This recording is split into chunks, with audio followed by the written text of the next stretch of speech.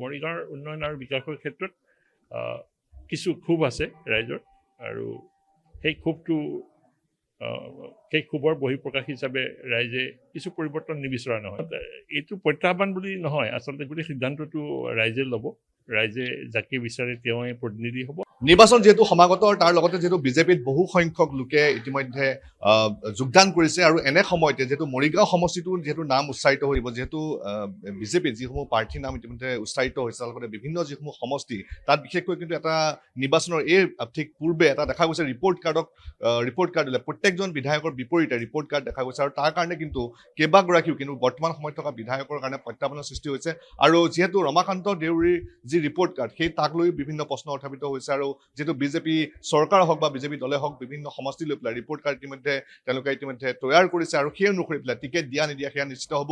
কিন্তু এই মুহূৰ্তত যিহেতু হেমন্ত কুমাৰ দেউৰী তেওঁ যিহেতু এক বিশেষ প্ৰত্যাহ্বান হৈছে, বিশেষকৈ ৰমাকান্ত দেউৰীৰ সন্মুখত এক বিশেষ ডাঙৰ প্ৰত্যাহ্বান হিচাপে তেওঁ থিয় দিছে। আৰু হেমন্ত কুমাৰ দেউৰী যিহেতু কেইবা বছৰ ধৰি পেলাই তেওঁ বিত্ত বিভাগত, তেওঁ অসম চৰকাৰৰ বিত্ত বিভাগত তেওঁ কাম কৰিছিলে, তেওঁ স্বেচ্ছামূলক অৱসৰ লৈ পেলাই তেওঁ এতিয়া যিহেতু ৰাজনৈতিক পথাৰত তেওঁ নামি পৰিছে। মই সুদীৰ্ঘ সময়ত চাকৰি জীৱন মই পাৰ কৰিলোঁ, যিহেতু মই ছাত্ৰ অৱস্থাৰ পৰা ৰাইজৰ লগত জড়িত হৈ আছোঁ। এতিয়া মুক্তভাৱে মই ৰাইজৰ মাজত কাম কৰিবৰ কাৰণে সিদ্ধান্ত গ্ৰহণ কৰিছোঁ, আৰু সেইকাৰণে স্বেচ্ছামূলক অৱসৰ লৈ বৰ্তমান ৰাইজৰ মাজত কাম কৰিবৰ কাৰণে আগবাঢ়িছোঁ। স্বেচ্ছামূলক অৱসৰ লৈছে, বিজেপিত কি এনে দেখা পাইছে যে আপুনি স্বেচ্ছামূলক অৱসৰ লৈ পেলাই এনেদৰে ওলাই আহিছে আপুনি কাম কৰিবৰ কাৰণে? হয়, এইটো সুন্দৰ প্ৰশ্ন। আচলতে ভাৰতীয় জনতা পাৰ্টি এনে এটা দল, যিটো দলে সমগ্ৰ অসমৰ যিখিনি জটিল সমস্যা বা ভাৰতবৰ্ষৰ জটিল সমস্যা, সেই জটিল সমস্যাবিলাকৰ ক্ষেত্ৰত বা নীতিৰ ক্ষেত্ৰত আপোচ নকৰা এটা দল, আপোচহীন দল। আৰু এই দলটোৱে সমগ্ৰ অসমৰ খিলঞ্জীয়া জাতি জনগোষ্ঠীৰ যি পৰিচয়ৰ আশংকা বা তেনেকুৱা ধৰণৰ সমস্যা, সেই সমস্যাবিলাকৰ ক্ষেত্ৰত বলিষ্ঠ পদক্ষেপ গ্ৰহণ কৰি অহা আমি দেখিছোঁ। আৰু বিকাশ আৰু উন্নয়নৰ ক্ষেত্ৰতো ডক্টৰ হিমন্ত বিশ্ব শৰ্মাৰ বলিষ্ঠ আৰু গতিশীল নেতৃত্বত সমগ্ৰ অসমে উন্নয়নৰ কেনেকুৱা অনিৰুদ্ধ জয়যাত্ৰা আৰম্ভ কৰিছে আপোনালোকে সকলোৱে দেখিছে। ছাত্ৰ আন্দোলনত আপুনি কিমান দিন আছিল?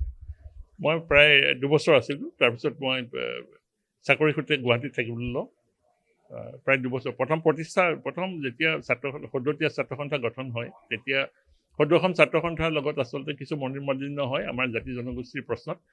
তেতিয়া আমাৰ বিভিন্ন জাতি জনগোষ্ঠীৰ ছাত্ৰসকলে অনুভৱ কৰিছিল যে সদৌ অসম ছাত্ৰ সন্থাই বলিষ্ঠভাৱে খিলঞ্জীয়া জাতি জনগোষ্ঠীৰ যিখিনি ট্ৰাইবেল জনগোষ্ঠী তেওঁলোকৰ সমস্যাসমূহ উপস্থাপন কৰাত তেওঁলোকে সঠিক পদক্ষেপ লোৱা নাই, আৰু তাৰে ফলস্বৰূপে তেতিয়া আমি সদৰীয়া ছাত্ৰ সন্থা 1989ত গঠন কৰি নগাঁও, মৰিগাঁও, ধেমাজি বা মেঘালয় বিভিন্ন অঞ্চলৰ তিৱা ছাত্ৰসকল লগ হৈ আমি সদৰীয়া ছাত্ৰ সন্থা গঠন কৰি তিৱা জাতিৰ উন্নয়ন বিকাশ ত্বৰান্বিত কৰিবৰ কাৰণে আৰু সমগ্ৰ অসমৰ উন্নয়ন বা বিকাশ বা সাংস্কৃতিক বা সামাজিকভাৱে সমগ্ৰ অসমক আগবঢ়াই নিয়াৰ ক্ষেত্ৰত যাতে তিৱা ছাত্ৰ সন্থাই বলিষ্ঠ ভূমিকা লয়, তেনেধৰণৰ লক্ষ্য আগত ৰাখি আমি তিৱা ছাত্ৰ সন্থা গঠন কৰি আমি আমাৰ জাতীয় জীৱনৰ যি যাত্ৰা, সেই যাত্ৰা আমি আৰম্ভ কৰিছোঁ।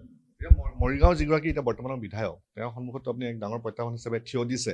গতিকে আপুনি আপোনাৰ ৰাজনৈতিক ভৱিষ্যতৰ কথা কি ভাবিছে, যিহেতু আপুনি টিকেটৰ দাবীদাৰো হয় তাৰ সেই সমষ্টিৰ পৰা? এইটো প্ৰত্যাহ্বান বুলি নহয়, আচলতে গোটেই সিদ্ধান্তটো ৰাইজে ল'ব। ৰাইজে যাকে বিচাৰে তেওঁৱে প্ৰতিনিধি হ'ব, আৰু দলৰ নেতৃত্বই যেতিয়াই যাকে মই আজি এতিয়া ভাৰতীয় জনতা পাৰ্টীত অংশগ্ৰহণ কৰাৰ পিছতে দলৰ নেতৃত্বই মোক যেতিয়াই যি নিৰ্দেশ দিয়ে বা যি দায়িত্ব ন্যস্ত কৰে সেইটো মই পালন কৰি। আপুনি ফিল্ডত নামিছে, ৰাইজে কি বিচাৰিছে? ৰাইজৰ বিশেষকৈ মৰিগাঁৱৰ ৰাইজৰ ক্ষেত্ৰত মই এটা কথাই ক'ম যে মৰিগাঁৱৰ ৰাইজৰ লগত মই সদায় ওতঃপ্ৰোতভাৱে জড়িত হৈ আছোঁ। মৰিগাঁৱৰ উন্নয়ন আৰু বিকাশৰ ক্ষেত্ৰত কিছু ক্ষোভ আছে ৰাইজৰ, আৰু সেই ক্ষোভৰ বহিঃপ্ৰকাশ হিচাপে ৰাইজে কিছু পৰিৱৰ্তন নিবিচৰা নহয় মৰিগাঁৱত। শুভেচ্ছা থাকিল। ধন্যবাদ।